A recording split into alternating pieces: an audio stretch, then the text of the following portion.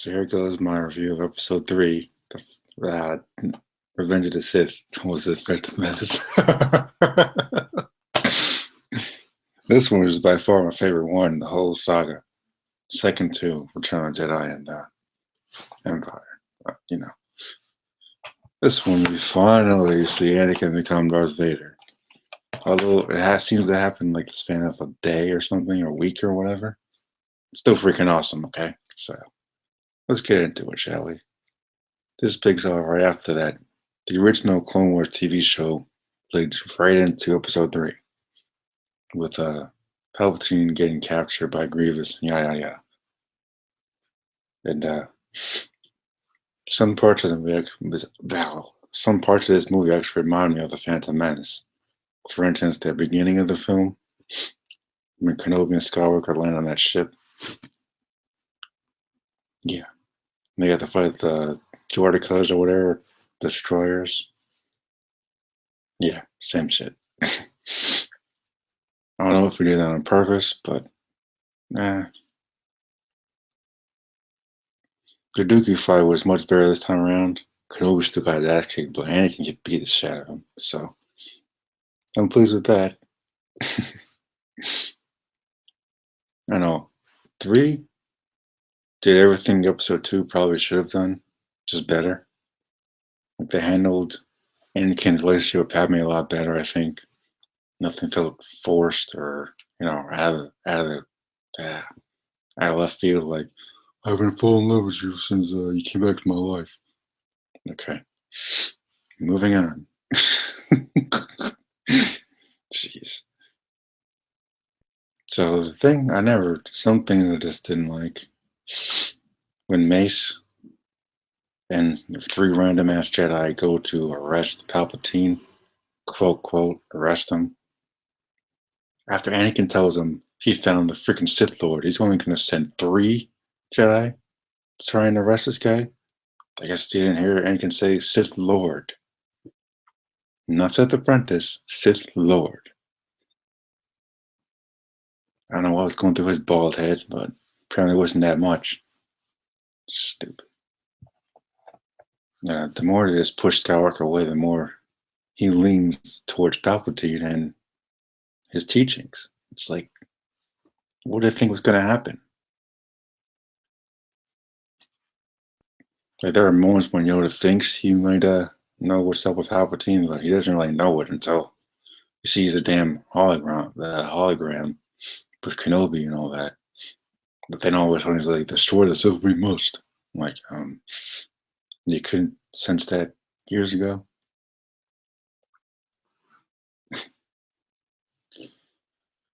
I don't know. A lot of things work better in this one than episode 2, that's for sure. Please ignore the little puppy barking.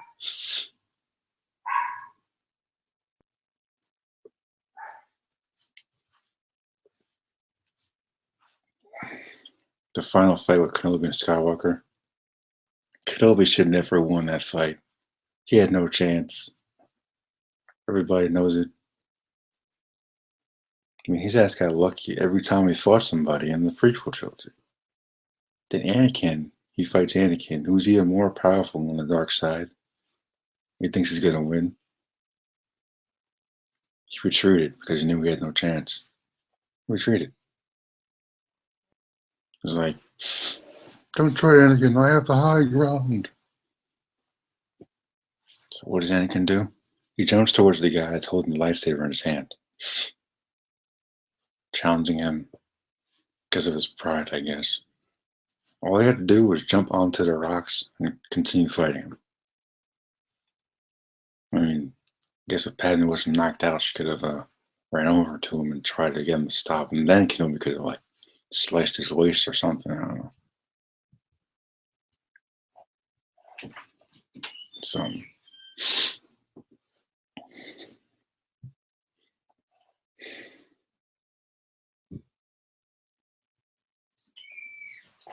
Once again, there's a lot of stuff left out of the book, but there's only so much you can do in a film. The book goes into Anakin's thoughts, why he does what he does. The film was kind of vague with that. It's just the way it was directed. It's not anyone's fault. It's the way it's directed, the script. It's not the way the actors did anything, you know?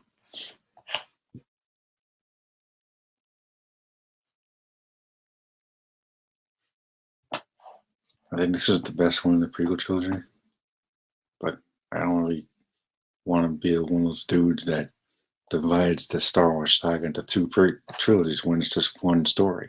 It's one story. And I'm kind of glad that Lucas went back and did his backstory because as a kid, I always wondered, how the hell did this robot guy get like this? Because I'm like, so just a random robot guy who happens to kill his master at the end of the movie and the end of the original trilogy. It's like, to me, it had no depth. I was a little kid at the time. Like, I used to watch them on tape. So it's like, I always wanted to know how Darth Vader got like the way he was. And what do you know? A couple years later, Lucas makes the prequel trilogy. And definitely explained a lot. And it makes sense now. He wanted to save his wife, but he ended up corrupted by his own power. His lust for power, can only put it. Consumed him. As I'm sure avoids anybody.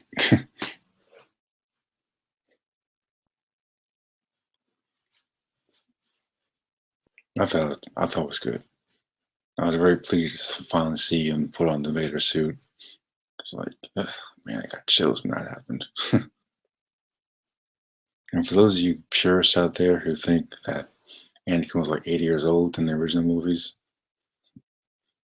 when he becomes a Force Ghost, I watched the video with Lucas himself, who said that when you die, you appear as a Force Ghost the way you were before you died. In his case, he was this young when he became Vader. So why would he be like 50 years old as a Force Ghost? This came from Lucas himself, so if you want to criticize anyone, criticize him. It's his story. You fanboys out there don't know shit. But you're quick to cry in your mom's basement about stuff you don't understand. So, there's that. This, Revenge of Sith definitely captured the emotion a little bit more than episode 2 did, for sure. Like when Padme said her heart was broken and all that stuff, I believed it, felt it. I'm like, yeah.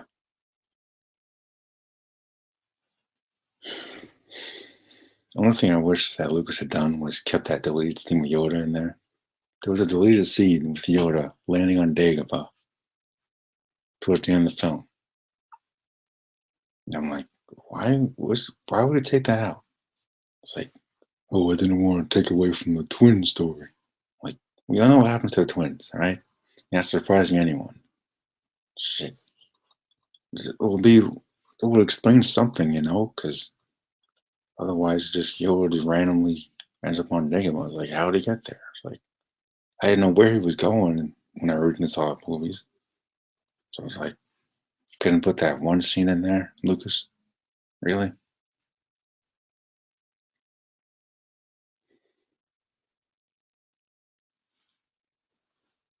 It might seem like I'm hating sometimes, but I'm actually very grateful for George Lucas and everything he's done for movies since Star Wars came out. It's like, it's the one thing I noticed about some of these videos. Like, people hate on the prequel trilogy or whatever, but not one of you people ever stopped and actually thanked George Lucas for creating Star Wars. He gave up everything for this. I think I heard that he lost his marriage and stuff. It's like, it cost him a lot to make these movies. It was his dream, yeah, but it cost him a lot. And I pity the guy because, you know, you got all these fans hating on his ass instead of actually giving praise where he deserves it. It's like, people have no respect for this guy who changed everything for movies. There's not a single film out there that doesn't have Lucasfilm in the opening titles or something. Special effects, sound effects, it's all Lucasfilm. It's all him. So before you judge someone, make sure you got your facts straight. Because this guy, we owe him a lot. And at least he can get from his fans a little bit of respect.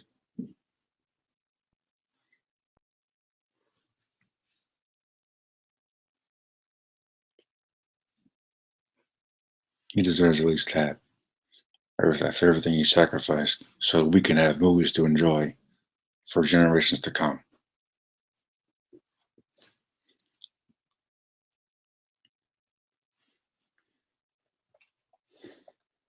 Definitely an iconic moment in this film. Vader standing on that Star Destroyer with the Emperor, arms folded across his chest, looking at the Death Star being created. They just stand there and is like, shit's about to get real. Shit's about to get real.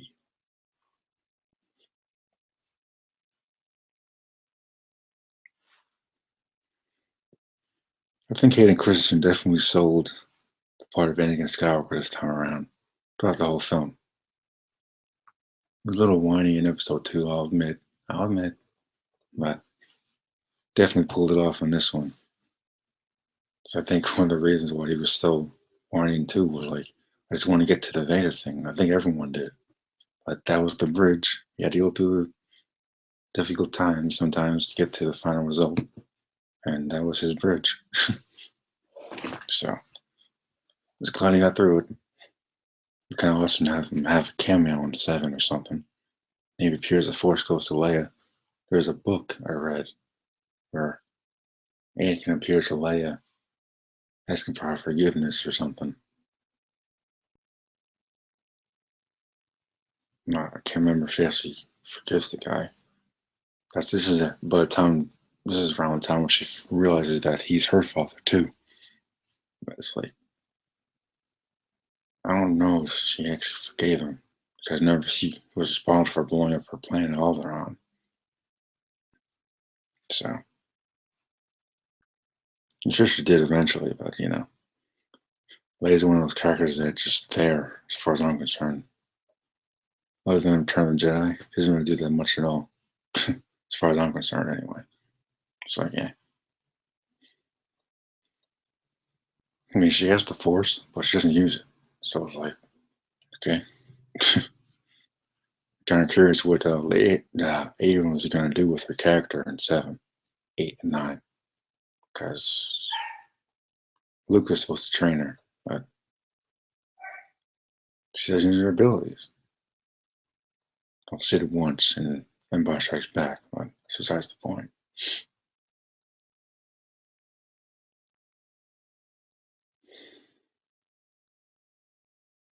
I'm not one of those guys that's going to, knock down the prequel trilogy. Like, I made a video where I defended the prequel trilogy to a degree, of course. I'm not going to nitpick every little damn thing from the movie like some other people do because I love Star Wars. Regardless of what the movie has in it, I'm gonna watch it. It's because it's Star Wars. Like, if people can't really sit there and say that you won't watch it because it's Star Wars. People can't really just sit there and say, "Oh, it's the prequel trilogy. I'm not gonna watch it." I guarantee you, every single one of you owns the prequel trilogy at home, just so you can sit down there and laugh at it or something or whatever you do. So, there's that.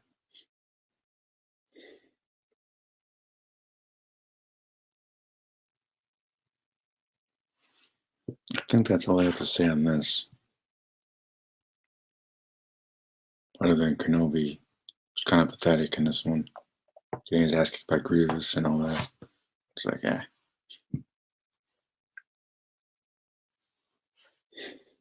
Some Jedi, I think, could have had a chance when the clones turned on them.